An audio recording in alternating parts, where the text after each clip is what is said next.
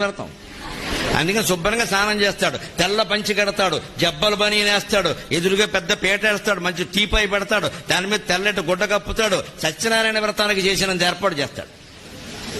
అప్పుడు 2 సీసాలు ఎడతాడు, 4 గ్లాసులు పెడతాడు, ఫ్రెండ్కి ఫోన్ చేస్తాడు ఇంకా రాలేదేరా అని. ఎందుకు ఫ్రెండ్ లేకుండా తాగడం సామరస్యం, సమాజ సౌభాగ్యం.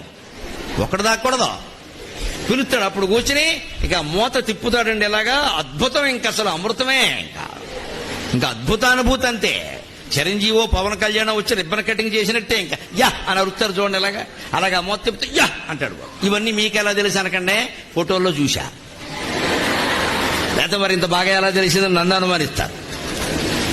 తెలుస్తాయండి, కవి అన్నవాడికి అన్నీ తెలుస్తాయి గమనిస్తే.